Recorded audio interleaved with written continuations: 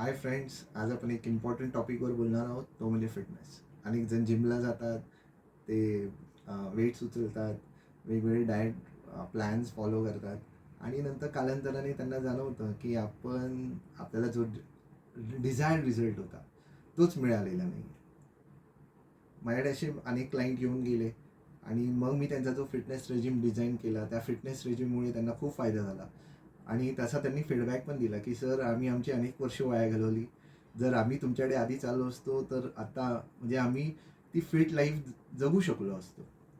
मी स्वतः एक काउन्सिलर आहे, डायटिशियन आहे आणि त्याचबरोबर मी फिटनेस प्रोफेशनल आहे. आपल्या फिटनेस रेजिममध्ये आपण मानसिकता, तुमची भावनिक क्षमता, त्याचबरोबर तुमचं डेली रुटीन, तुमची फिजिकल स्ट्रेंथ आणि तुमचं बॉडी कंपोजिशन हे लक्षात घेऊनच आपण फिटनेस रेजिम डिझाईन करतो. मी मॉडेल म्हणून काम केलेलं आहे, त्याचबरोबर मला 11 वर्षाचा कॉर्पोरेट एक्सपिरियन्स पण आहे.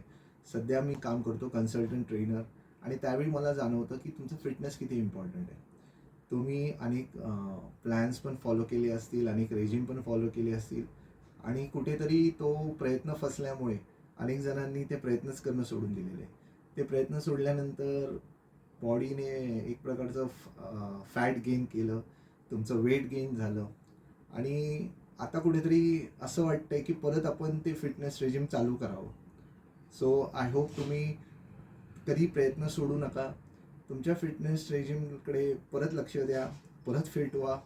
कारण फिट असाल तरच तुम्ही आयुष्य चांगल्या प्रकारे जगू शकाल.